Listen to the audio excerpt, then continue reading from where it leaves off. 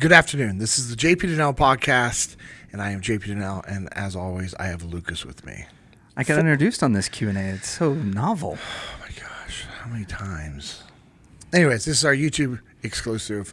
We appreciate you guys being here, and here's the deal. I don't want to read this. I don't want to give I don't know what this Lucas is. anything, but my good buddy, Brian Culver, my veteran buddy, my brother in Christ at Milestone, sends me this text message. Need to tell Lucas, I have a guy who works for me that is not prior service. He called me and said that since he was NCC while I was on vacation, he made a decision without consulting me. I guess he has been listening to your podcast. Wow. And That's then, awesome. oh, well, there's more. There's more. My buddy Michael Peterson. Listen to your last podcast episode. If you guys watch Navy SEALs, let me know. Obviously, I know the movie, but I've never seen it before either. I'm down for a movie night. I said that would be legit. He goes, let's make it happen. He goes, a couple of NCCs getting indoctrinated.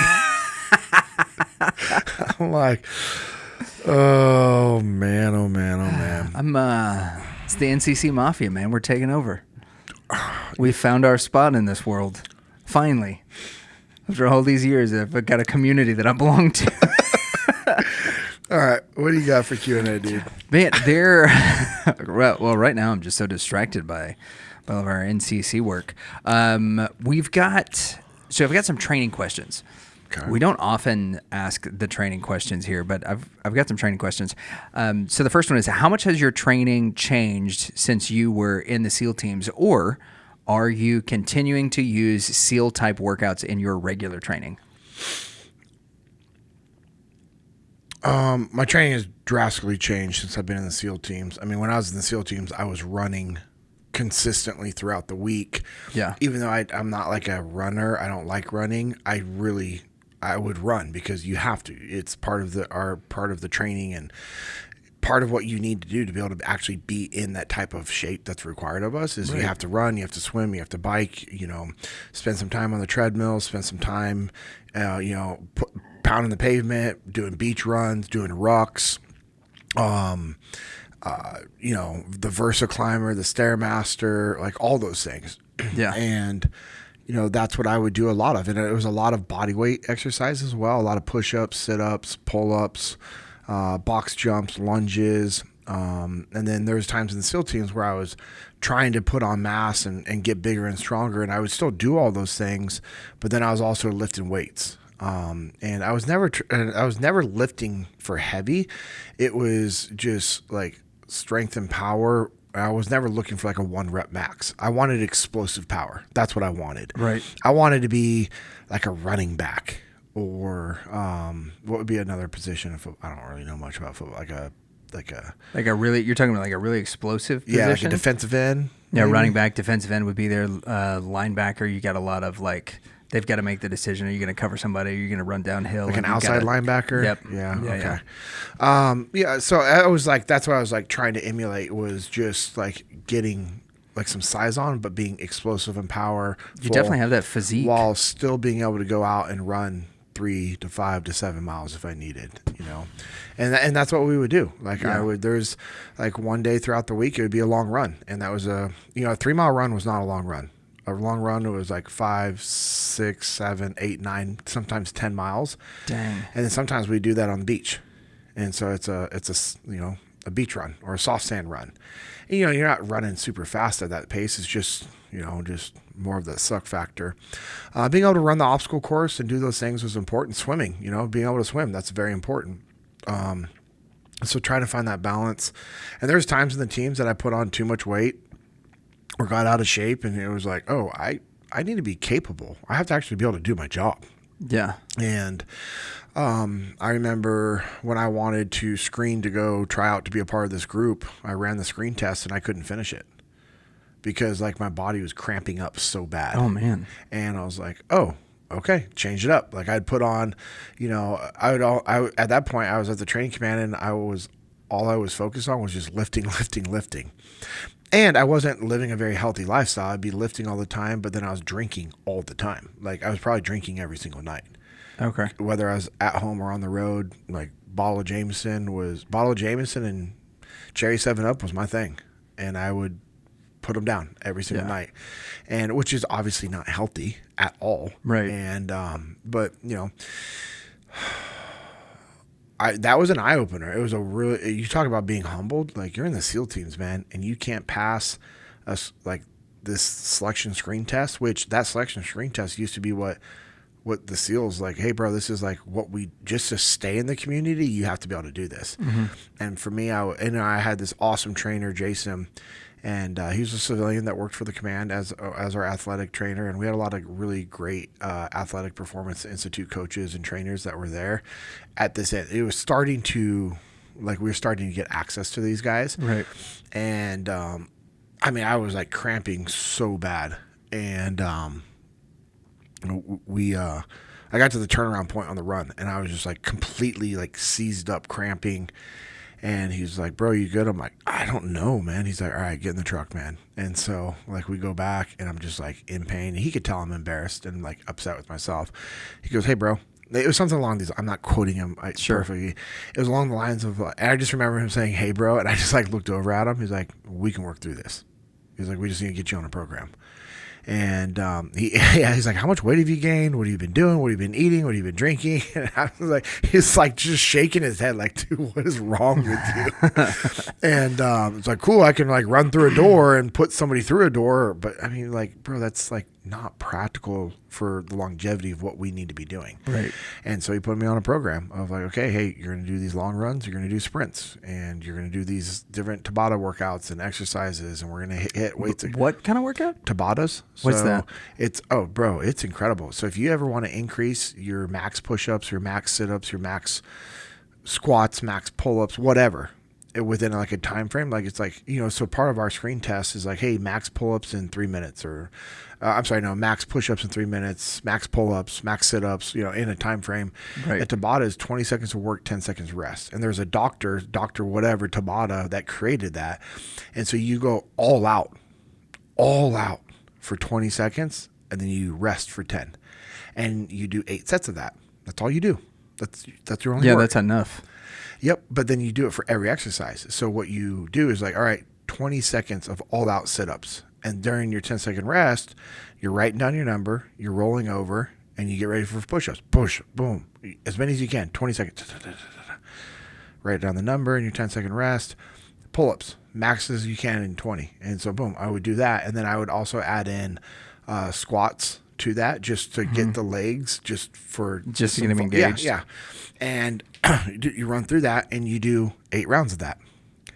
Okay. And so if you're doing 4 exercises, that's, that's just that. That's all that. All that is that's a 16-minute workout. Yeah. You are smoked, bro. Now there's more you do. Obviously, that's not all I was doing. But I mean, if that was all you were doing. But here's what's cool: you could do that every single day, back to back. The first couple, yes, you can. I'm telling you right now, you can, because the next time you do it, your very first round numbers obviously aren't going to be like yesterday's very first round numbers, right? But you're still putting in the work every single round, and it's enough volume to make a difference. And as long as you're right with your diet, then you can do that. Then you're going to recover. Yeah. You're going to be able to recover.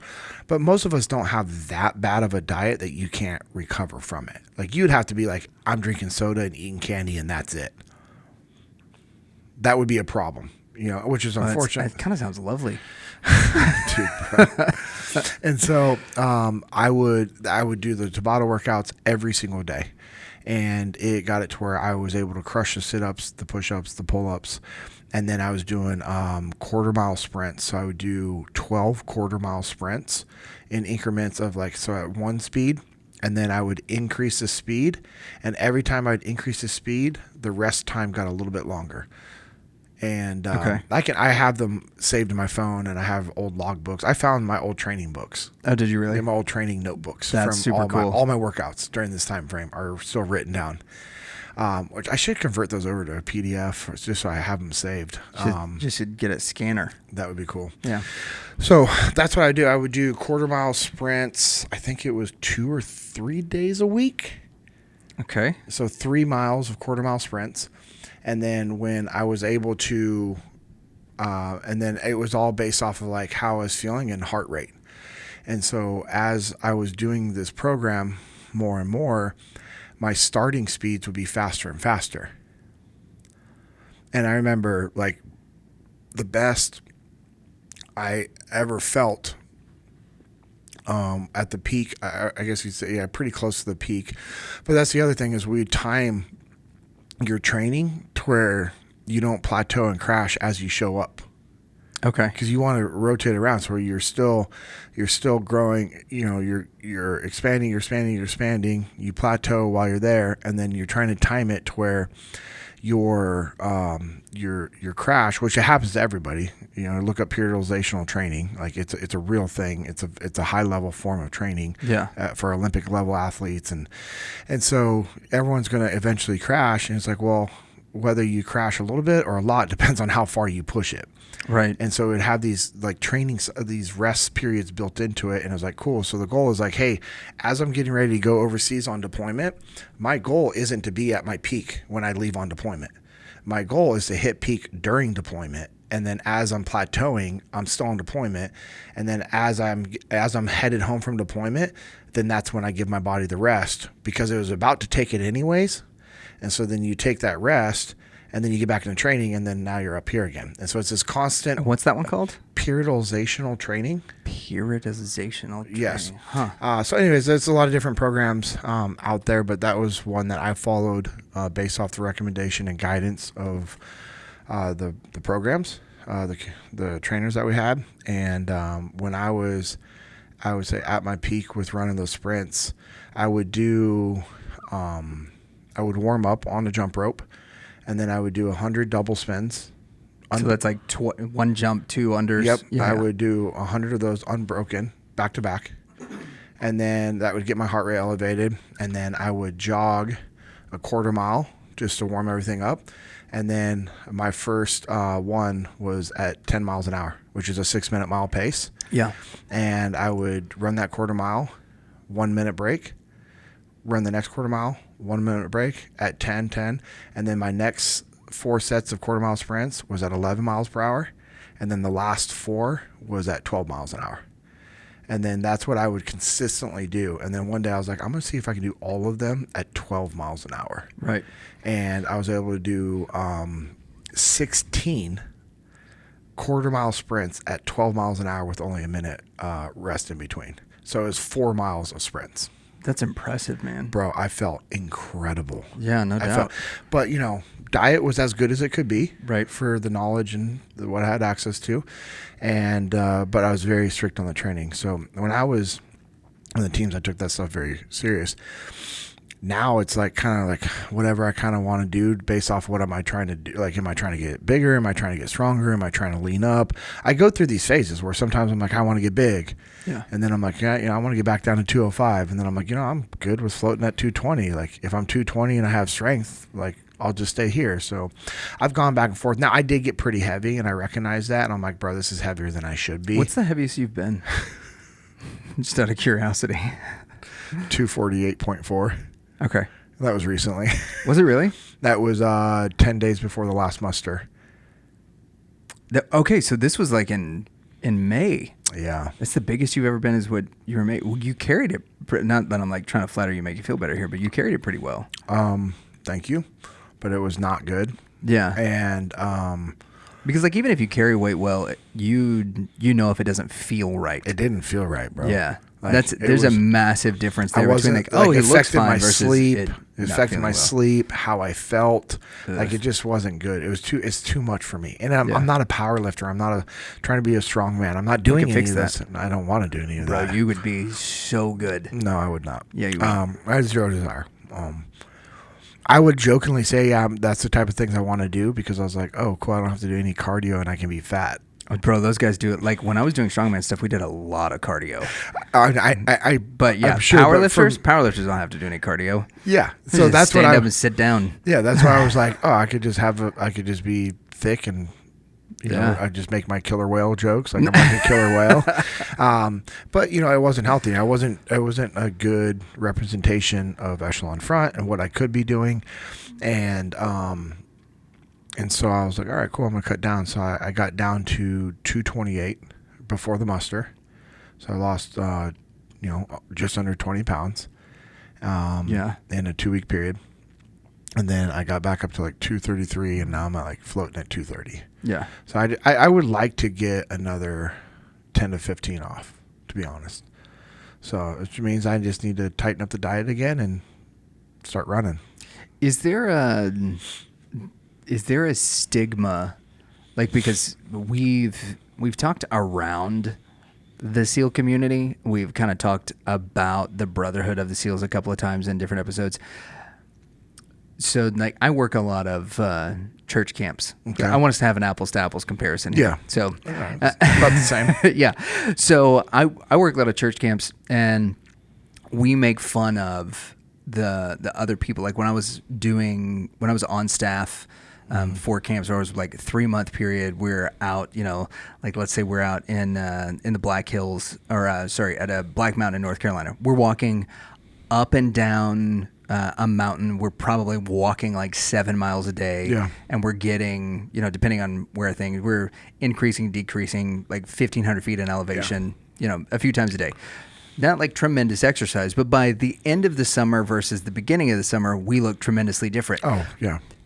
So we get out in August, and then in November, right, everybody's posting pictures of their family at Thanksgiving, and we're all laughing at how fat everybody got from like post camp.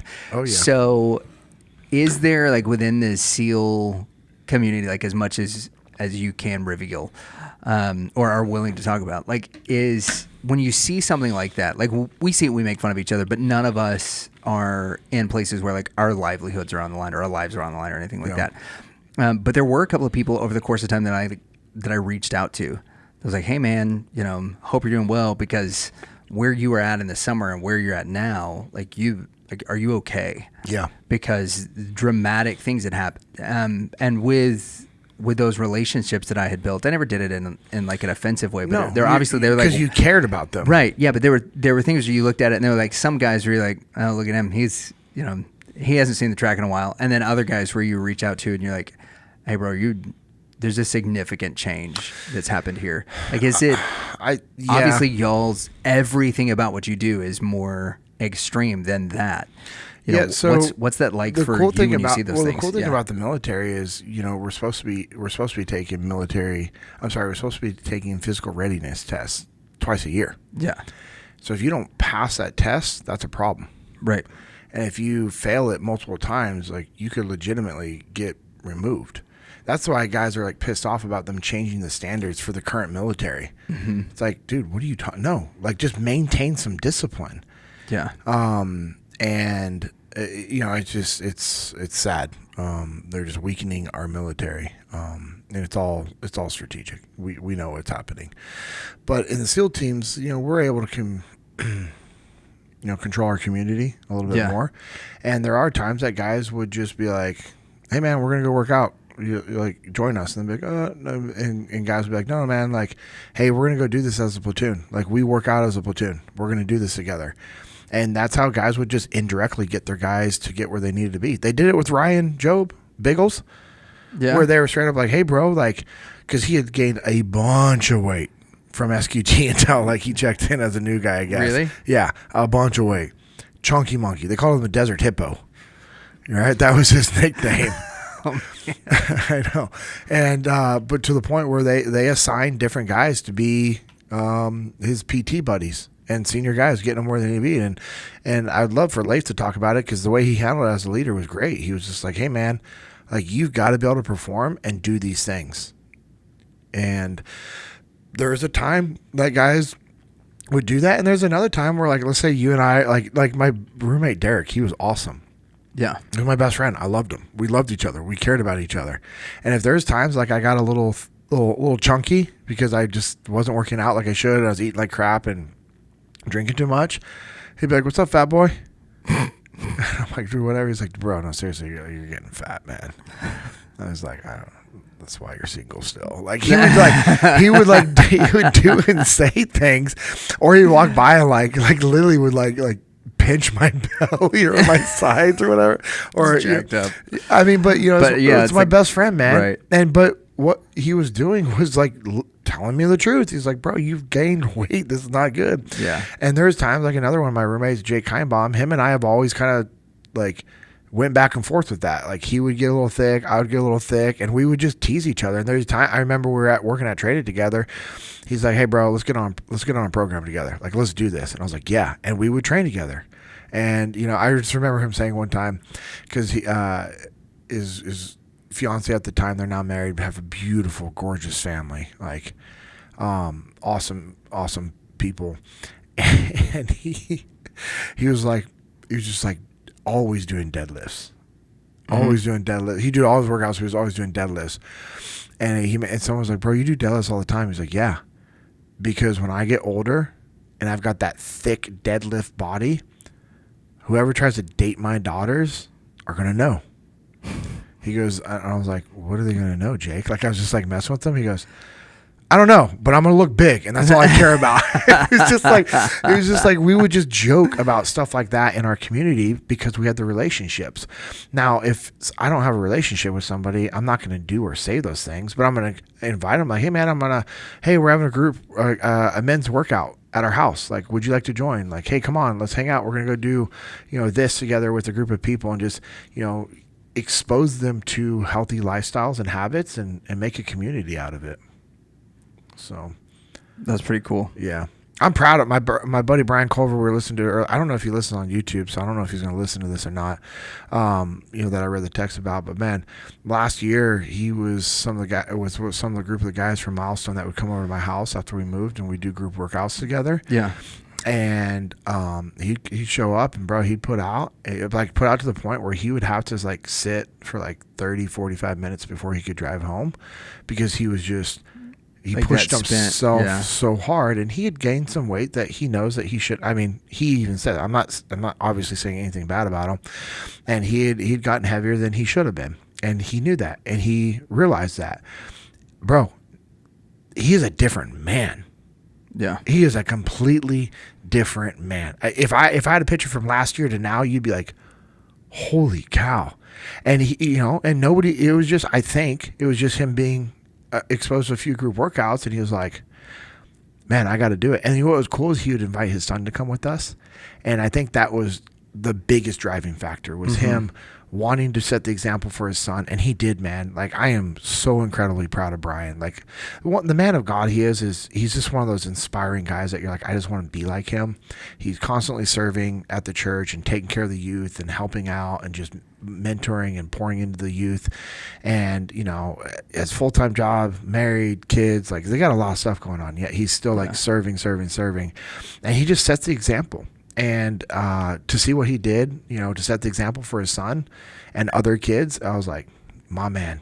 And so I think it's important to understand that you have the ability to influence other people in all aspects of life, whether it's spiritual walk, physical fitness, how you conduct yourself as a leader, business, finances, haircuts, shaving, all those things. So it's good. So, all right. Well, we appreciate you guys as always. Thank you for everyone that's subscribed to the YouTube channel. We appreciate you guys that comment. The ones that share it is huge. When you guys take screenshots and or copy the link and post it to social media, that has a legitimate impact to our podcast in a positive manner. So we just want to thank you. So I hope you guys are out there getting after it, having an awesome week. We appreciate you guys as always. Go out there, do the work, and never settle.